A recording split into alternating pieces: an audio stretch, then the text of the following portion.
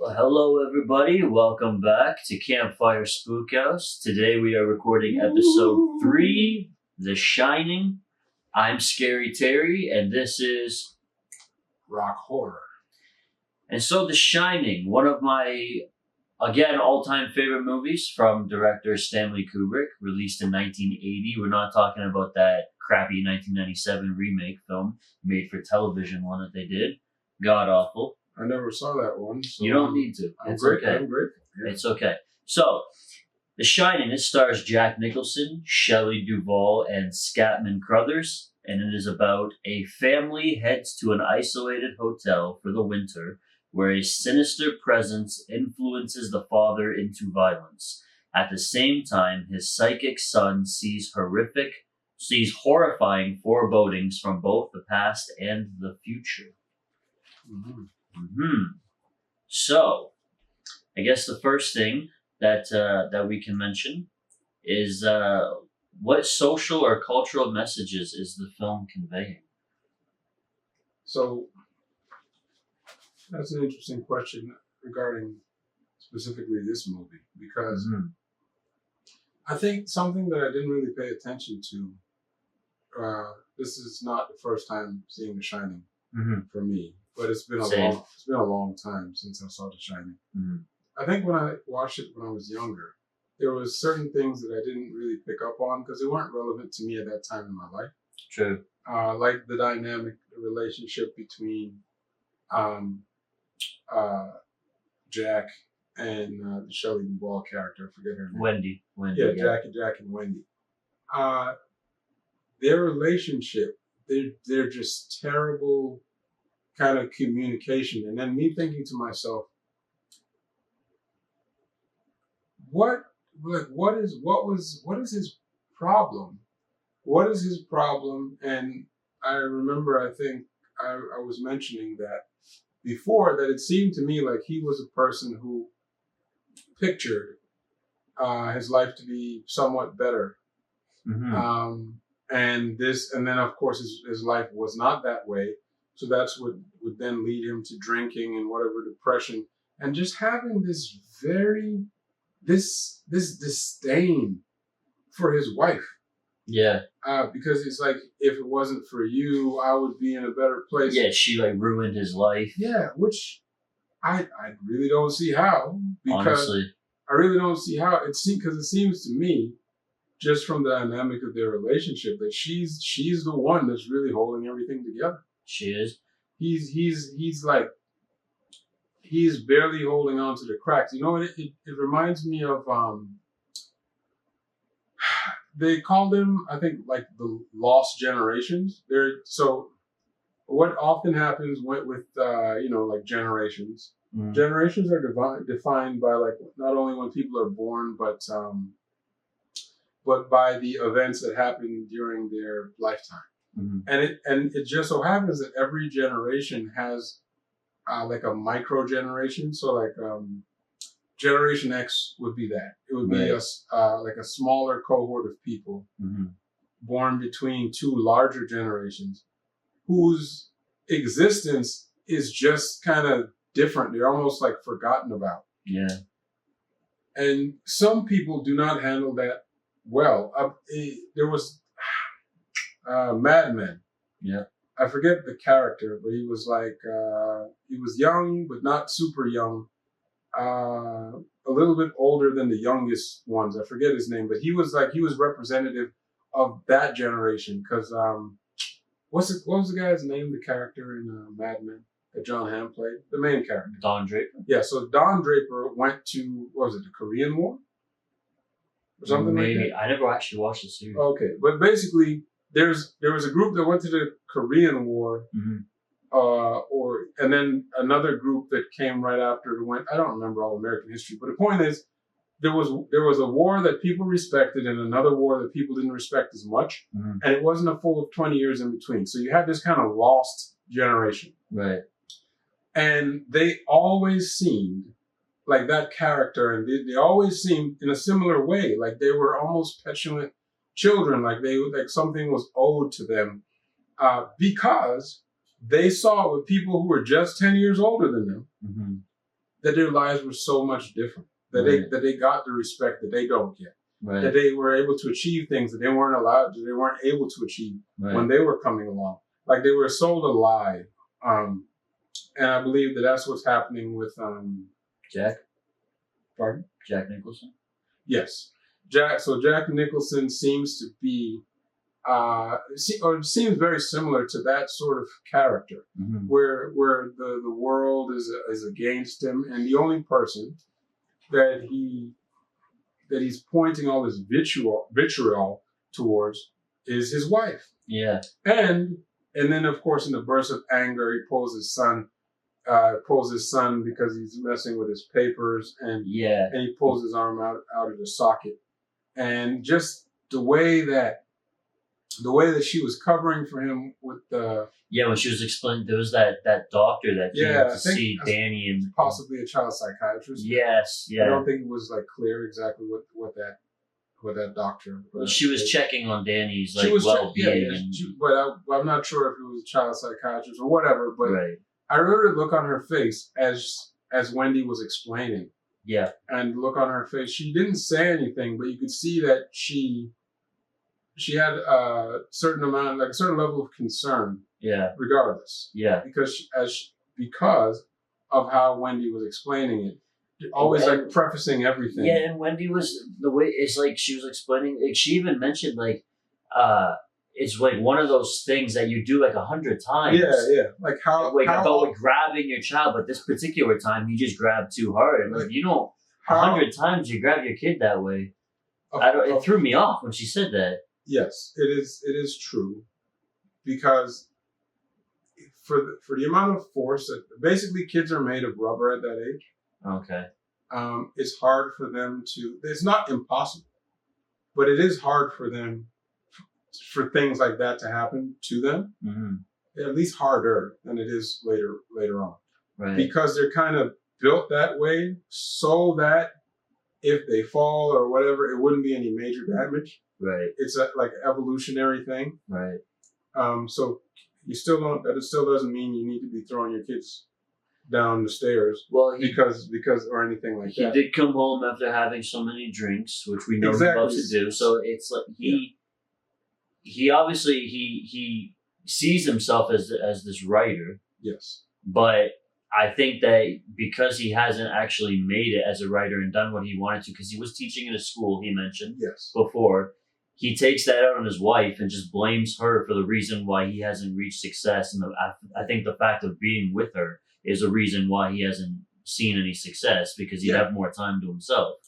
But still, once again, like those are things that he made those decisions. There's no backstory. Yes. There's no backstory to suggest that she drugged him. Yeah. And made sure that they had sex and she got pregnant. Yeah. Like that. If you wanted to be that upset with her, that is what she would have had to have done. I think that for me, what I was thinking about with this film is that it's kind of interesting because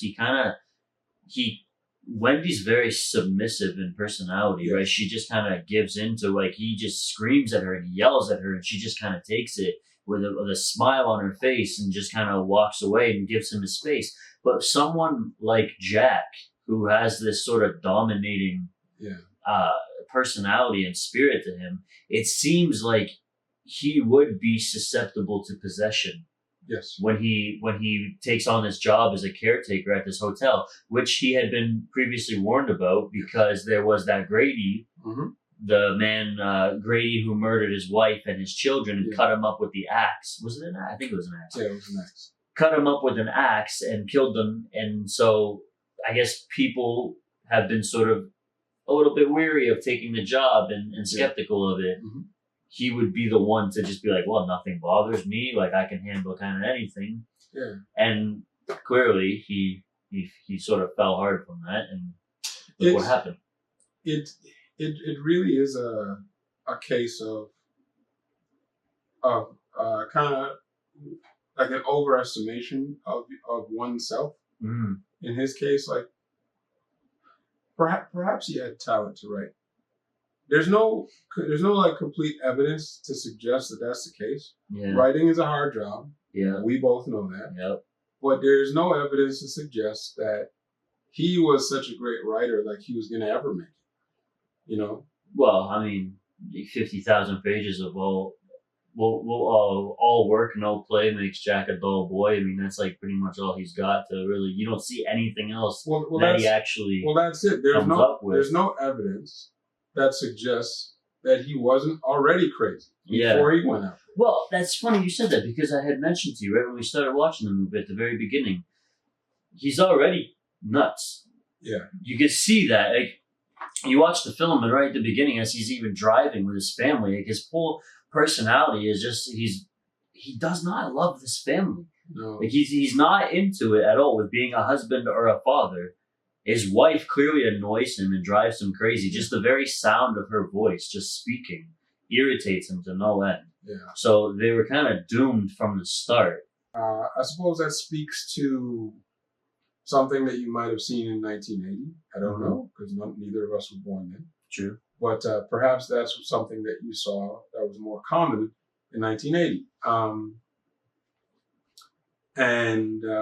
Or we might be way off, but that seems to me like because there are relationships like that that still exist. Yeah. That it probably was a lot more acceptable to be a certain way with your wife. Like even in our lifetime, we've seen that things have changed. Things that were acceptable 10 years ago, 5 years ago, are not. They're no longer acceptable. Are not socially acceptable now. So I suppose it speaks to a time and a worldview, right?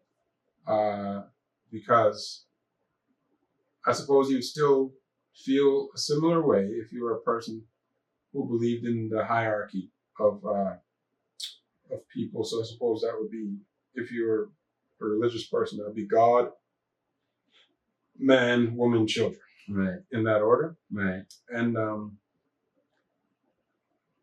or I suppose in this case, man, woman, child, right?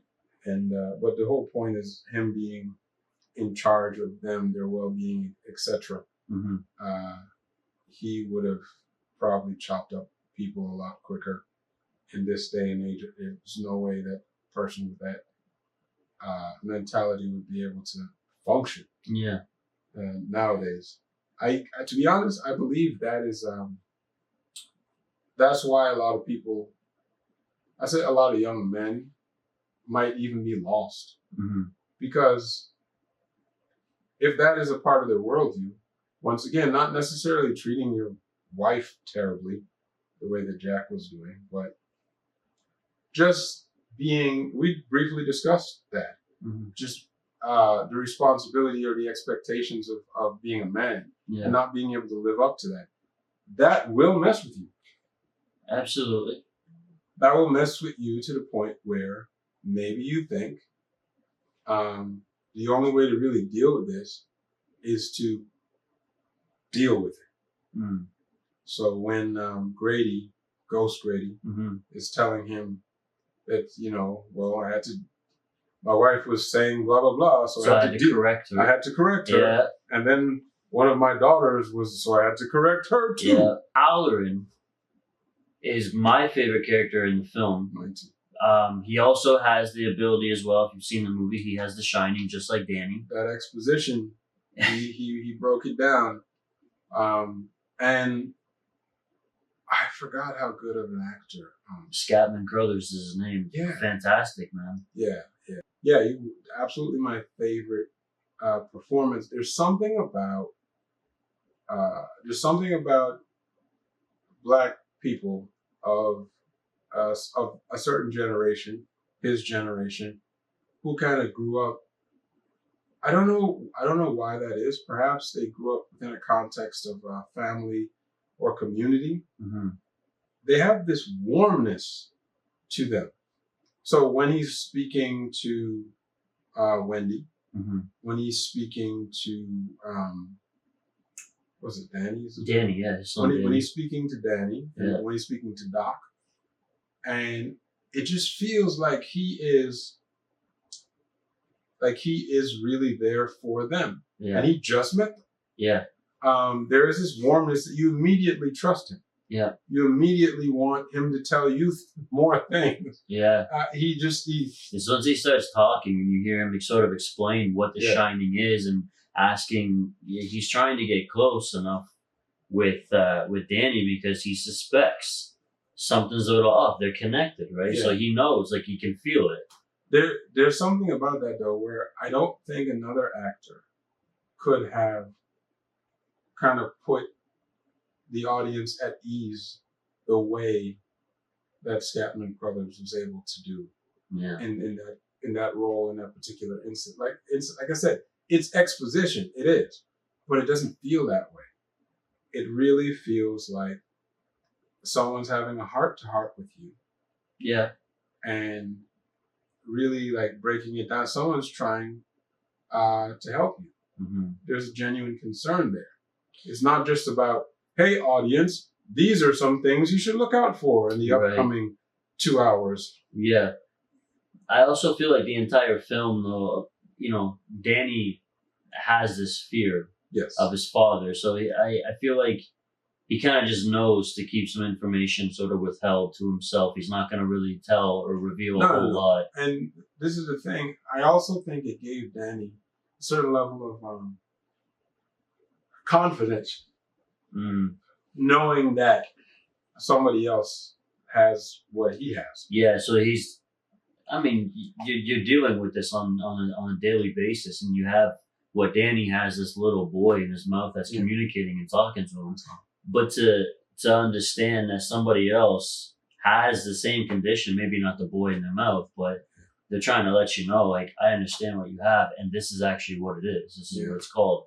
This is how you deal with it. How do you feel about Shelley Long's performance as Wendy? Because when the movie was released, she was nominated for a Razzie Award for the film for worst performance. I loved her performance. Honestly, same. I don't think she was a bad actress at all. No, I think that she was able to portray genuine fear and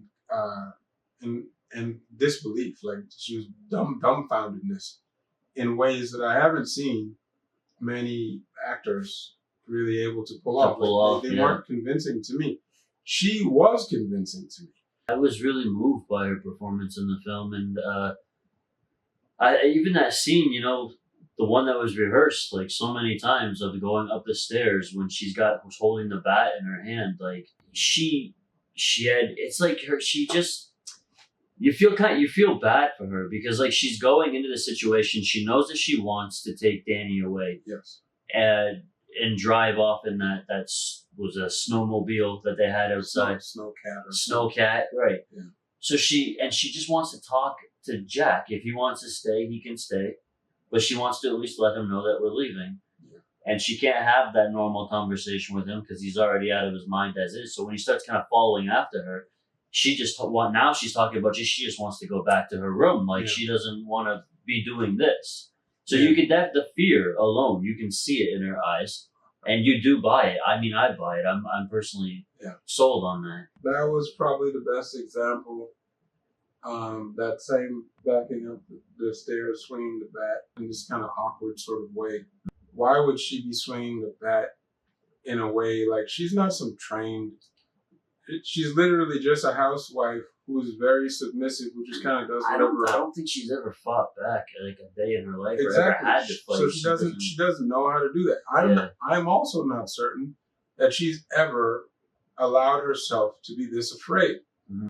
That's why the fear is like turned on 11 and 12. Yeah. That's why you see it in her face. It's not just normal scared. It's like she's literally out of her. What I like about when she sees all the pages and she's going through it, she's looking for hope.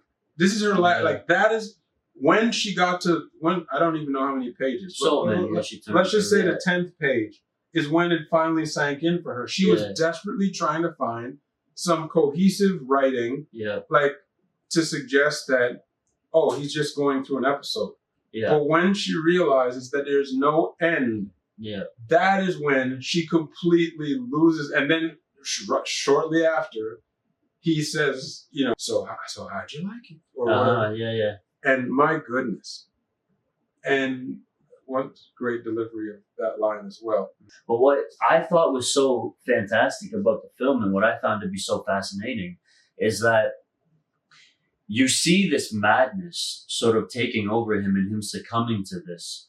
And it goes to show, like, with him sort of losing his mentality and losing himself and his identity and who he really is, once he, like, chases Danny in the end and storms off through that maze, he's never able to find himself in that maze, or just the same way he's not able to find his way out. Yeah. He's trapped in there, and it was just a great way to show that this madness it's never ending. It's never going to stop. It's not going to go away. It's never ending, and he's lost. He's lost, exactly. It was very well done. What do you think of the performance of Danny Boy?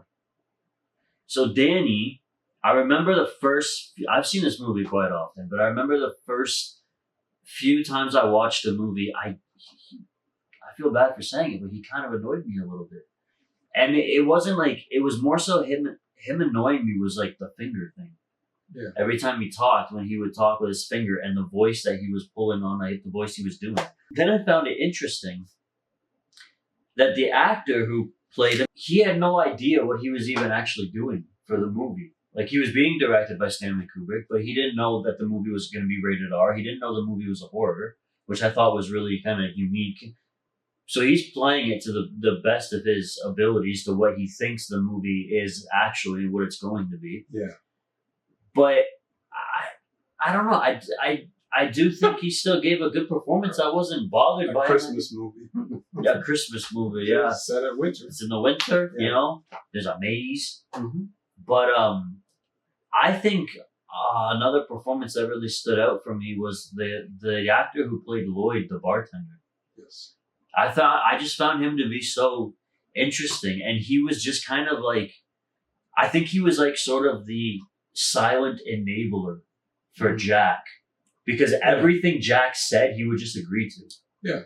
No matter what it was, even like about his wife, and when he talks about his wife or his kid, talks about the abuse that he did. It's like, with pulling the arm, women. Yeah, you can't live with them. You can't live without them. It's like, and then that sort of led the way for Grady when he introduced to Grady, and then the movie kind of like threw me off a little bit too, because Grady was telling him, like, you've always been the caretaker. Yeah. So how far back does this actually go? I also think that in regards to the photograph at the end of the film, that the hotel itself consumed the very spirit alone of Jack, and that's why Jack's face ended up in the photograph at the very end. Yeah, I suppose that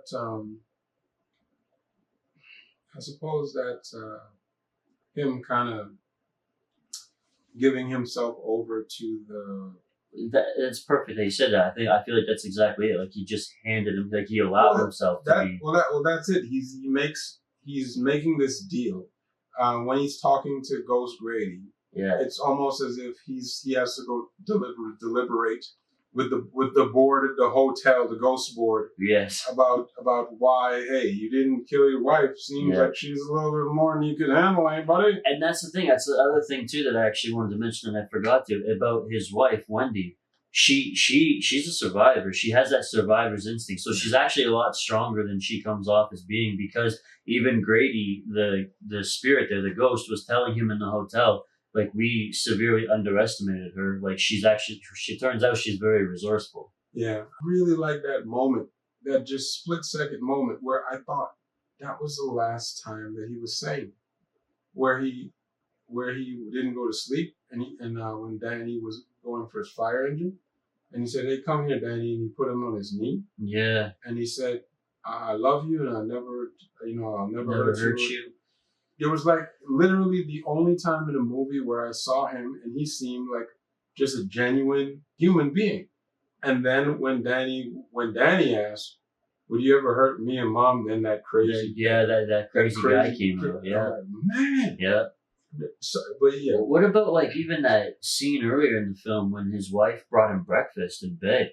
Yeah. He was having she brought him eggs, and he was having a normal conversation with her, and she was asking him, like, how are you going to get your writing done, or have you thought anything? He's like, I got all kinds of ideas.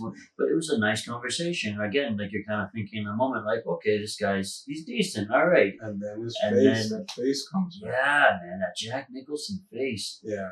The one and only. And that's how you knew that there was something taking him over. Mm-hmm. When he was getting hired with a job, same thing.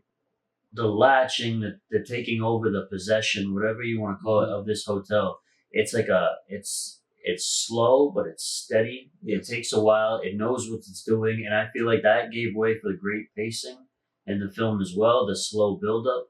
I love the pacing. This is another thing that I didn't notice because once again, watch movies for different reasons. Sometimes it's just being an audience member. Mm-hmm. This time around, I really started noticing. Critical. Well, yeah, but in general, I really started noticing. I always noticed the great cinematography, mm-hmm. but I never paid attention to how much the camera is moving in this movie. Yeah. Because there are things that are moving in the movie and great. It's great. Kubrick is fantastic amazing. When it comes to cinematography and the choices he makes, but it is constantly moving. The way he follows Danny on the bike, he follows him on the bike. He follows the car in the beginning. Yeah. When they walk from one portion of the room to the next, they're being followed. Yes. So there's the dolly shots going there. It's constant movement. Yeah. Yeah, I think to me, like the way that the camera keeps moving, the way that we move with it, it's like, to me, it's saying that this hotel's alive. Yes. So there's something in it. The hotel itself is a character. Every part of the character. The music in the film. How'd you feel about the music? Once again, a Kubrick thing. Fantastic when it comes to picking music that really speaks to the story and the mood mm-hmm. that is going on. Yeah. There's no point where there's any music that seemed like jarring, like it didn't belong. It just seems like it fit. Yeah. What I love about Kubrick is how he's able to create. He does world building, and all his movies have a similar kind of unsettledness to it. Mm-hmm. It could be this most pristine thing you ever saw, and you're in the back of your mind, you're like, something is amiss. Yeah. In all of his work. Yeah. All of his work, it has that kind of vibe and feel to it.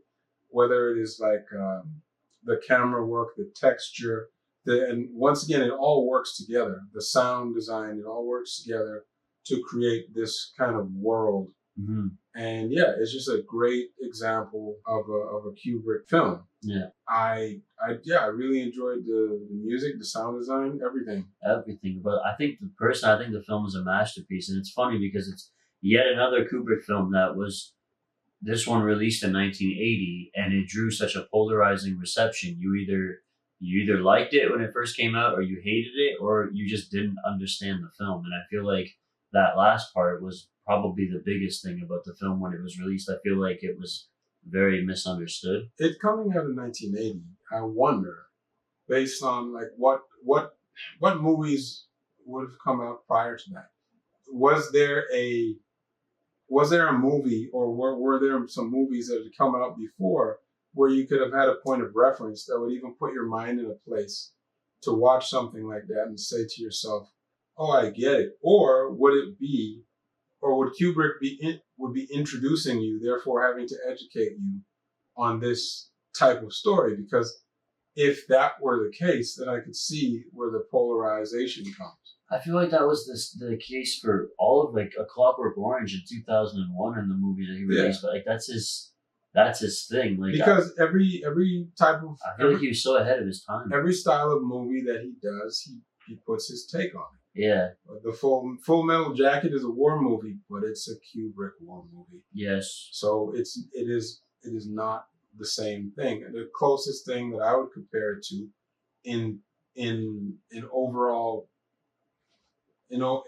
like tone, yeah, is probably Apocalypse Now. But Francis Ford Coppola. Yeah, but Apocalypse Now is a Francis Ford Coppola movie, so it is still its own thing once again.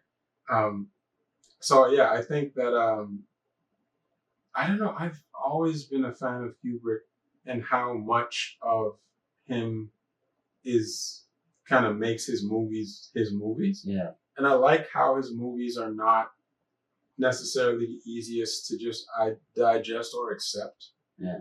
And that's what they're a little uneasy. This is one of the things that I really like about this film. And in my mind, when I think about horror films, this is the feeling I'm after. Yeah. I don't get scared easily. So, and it's hard for me to get scared when I'm not as invested in the characters. We discussed that prior, which is, I would never do that. I think in conclusion, I think that The Shining is a masterpiece. The performances are amazing. The cinematography is amazing. The music is amazing. The pacing, the camera angles. I think the whole film itself is phenomenal and definitely one of my favorite movies of all time. And for that, I give it a rating of 5 jump scares out of 5.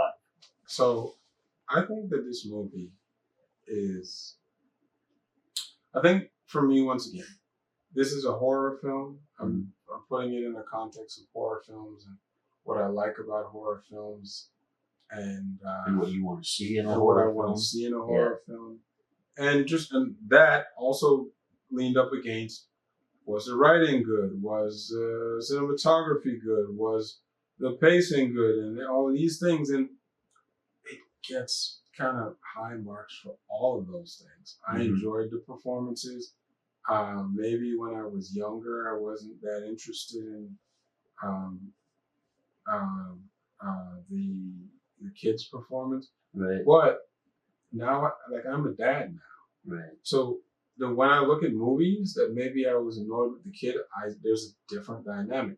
Now I'm thinking to myself, I wonder why that kid's like that. I think about it from a different perspective now, right? So there's certain things I could appreciate that I wasn't able to appreciate before. Right. So maybe earlier in my life, I would have given this still high marks, but maybe like 4.5. But now I appreciate so many things about it, and because I also knew other things prior, I would also have to give it 5 out of 5 jump scares. 5 out of 5 jump scares. I never, like when we watched it. Yeah. Going into it, I would have never thought that that's what I would have given it. And then now, I'm kind of impressed as what you gave it too. And then now, just kind of reflecting upon it, I really, really like The Shining. The Shining. I do. So you have 5 out of 5 jump scares for rock horror, 5 out of 5 jump scares for Scary Terry.